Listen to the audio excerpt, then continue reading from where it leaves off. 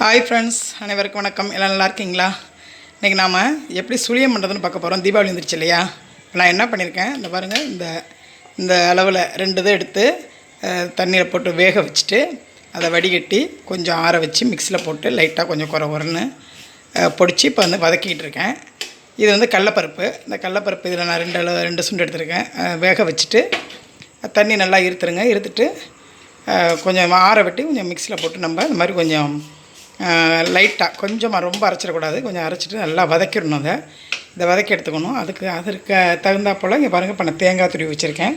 இந்த தேங்காவையும் நான் அதில் உள்ள அந்த கருப்பெல்லாம் எடுத்துடணும். இந்த தேங்காவையும் நான் போட்டு நல்லா வதக்கி வச்சுக்குவேன்.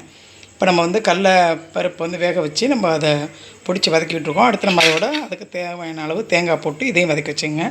இந்த பாருங்கள், வெல்லம். இப்போ வர வெள்ளம்லாம் ரொம்ப கருப்பாக தான் இருக்குது. இந்த வெள்ளத்தை நான் வந்து சும்மா இந்த மாதிரி பிளாஸ்டிக் பேக்கெட்டில் வச்சு நீங்கள் வந்து இப்போ இடிச்சுக்கிட்டிங்களா அது வந்து ஒட்டாமல் இருக்கும். இதை வந்து பாகு வச்சுக்கணும். கொஞ்சோண்டு நான் வந்து ஏலக்காய் பொடிச்சு வச்சுருக்கேன். பொடிச்சிட்டு இந்த தோலை கொஞ்சம் நம்ம தனியாக எடுத்துக்கணும், அது போட வேண்டாம். இப்போ இவ்வளோ தான் ஃப்ரெண்ட்ஸ். இதை வந்து நம்ம பண்ணிவிட்டு இந்த கடலப்பருப்பையும் இந்த தேங்காயையும் நல்லா துருவி நல்லா வதக்கி வச்சுக்கிட்டு இந்த வெள்ளத்தை போட்டு பாகு காய்ச்சி இது தேங்காய் பூவையும் கடலப்பருப்பையும் அதில் போட்டு கிண்டி இந்த ஏலப்பொடியும் போட்டு கிண்டி உருண்டையாக உருட்டிச்சுக்கணும். உருட்டிட்டு கொஞ்சம் லேட்டாக நம்ம வச்சுட்டு மைதாவில் போட்டு எடுக்க வேண்டியதான் ஃப்ரெண்ட்ஸ். வாங்க நம்ம இந்த கடல மாவை கொஞ்சம் நல்லா அந்த கலகலன்னு அந்த மாவு வர வரைக்கும் நம்ம வதக்கணும் ஃப்ரெண்ட்ஸ். இந்த மாதிரி நம்ம இந்த கடல பருப்பை வந்து அவிச்சிட்டு நம்ம அதை கொஞ்சம் லைட்டாக மிக்ஸியில் ஊட்டி இப்படி வதக்கிட்டோன்னு வச்சிங்களேன், நம்ம வந்து 2 நாளைக்கு கூட வச்சு சாப்பிட்லாம். சுழியம் கெட்டு போகாது.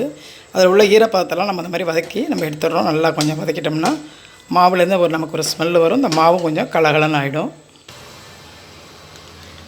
இப்போ இந்த பாருங்கள், நான் அந்த கடல மாவு இந்த கடலப்பருப்பு நல்லா நம்ம வதக்கிட்டு அதில் நான் ஏலக்காய் பொடி போட்டிருக்கேன். இப்போ அடுத்து நம்ம அதே மாதிரி தேங்காயும் கொஞ்சம் நல்லா நம்ம வதக்கிக்கலாம் ஃப்ரெண்ட்ஸ்.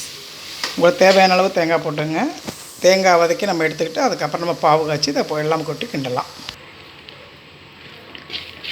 நம்ம இதை கிண்டும்போது கொஞ்சம் தீயை வந்து மெந்தியில் வச்சுக்கிட்டு நம்ம இதை வதக்கணும், இல்லைன்னா அது கருவி போயிடும். கொஞ்சம் நல்லா மெந்தியில் வச்சுக்கிட்டு ஓரளவு அந்த ஈரப்பதம் போகிற வரைக்கும் நம்மளை வதக்கிக்கலாம். ஓகே ஃப்ரெண்ட்ஸ், இப்போ நம்ம தேங்காயும் வதக்கிட்டோம். இப்போ அதே சட்டியில் பாருங்கள், நான் தேவையான அளவு சர்க்கரை போட்டு இந்த பாருங்கள், தண்ணி வந்து ரொம்ப அதிகமாக ஊற்றிடாதீங்க. ஏன்னா பாகு காய்ச்சும் போது ரொம்ப தண்ணி ஆகிடும். எடுத்து நான் ஒரு ட்ராப் இதில் கூட நான் பாதி தான் விடுறேன். இவ்வளோ தான் விடுறேன். அதாவது இந்த கரண்டியில் ஒரு கரண்டி தண்ணி தான் விட்டுருக்கேன் ஃப்ரெண்ட்ஸ். இந்த வெள்ளத்துக்கு தகுந்த மாதிரி விட்டு நம்ம பாவு காய்ச்சிக்கலாம். ஏன்னா பாவு ரொம்ப தண்ணியாக போயிடுச்சுன்னா நமக்கு சுழியம் உருட்டும் போது குழன்னு இருக்கும். திட்டமாக தண்ணியை ஊற்றிக்கிங்க. ஓகே ஃப்ரெண்ட்ஸ், நம்ம வந்து பாருங்கள், இப்போ பாவு வந்துடுச்சு. இது வந்து பாவாக ரொம்ப காய்ச்சணும்னு அவசியம் கிடையாது, ரொம்ப காய்ச்ச வேண்டியதில்லை. இது சும்மா அந்த வெள்ளம் வந்து அந்த தண்ணியில் கரையிற வரைக்கும் பார்த்துங்க. ஏன்னா அது வந்து காய்ச்சி ஊற்றுவோம். அடியில் வந்து அதாவது மண் இருக்கிறதுனால இப்போ நம்ம காய்ச்சி ஊற்ற போகிறோம்.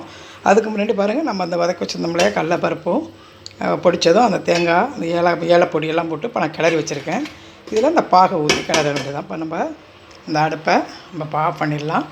பண்ணிவிட்டு இப்போ நான் அந்த பாவை எடுத்து ஊற்றிட்டு இதை நல்லா கிளறி விட்டுக்க வேண்டியதான். இங்கே பாருங்கள், நான் அடுப்பில் நம்ம காய்ச்சல் அதை வச்சுருக்கோம். தேவைன்னா ஊற்றிக்கலாம். அதில் அடியில் மண் இருக்கும். இப்போ நம்ம அதை பாலை காய்ச்சி அதில் ஊற்றிருக்கோம். இதை நல்லா கிளறி விட்டு உருண்டை ஊற்றிக்க வேண்டியதான்.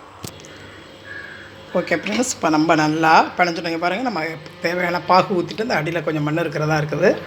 நான் கரெக்டாக தான் ஊற்றி கிண்டியிருக்கேன். நீங்களும் அந்த மாதிரி பாகு காய்ச்சும் போது கரெக்டான தண்ணியை ஊற்றிங்க. அப்புறம் அந்த மாதிரி உருட்டி நம்ம வச்சுக்க வேண்டியதான். அப்புறமாட்டி கொஞ்சம் மைதாவில் கொஞ்சம் உப்பு போட்டு நம்ம எடுத்துடலாம். எண்ணெய் சட்டி வச்சு எண்ணெய் ஊற்றிருக்கோம். இந்த பாருங்கள், நம்ம உருட்டி வச்சதை இப்படி கொஞ்சம் நல்லா திக்காக ஒரு மைதா மாவு கலந்துக்குங்க. மைதா மாவு கொஞ்சமாக லைட்டாக ஒரு உப்பு போட்டு கலந்து வச்சுங்க.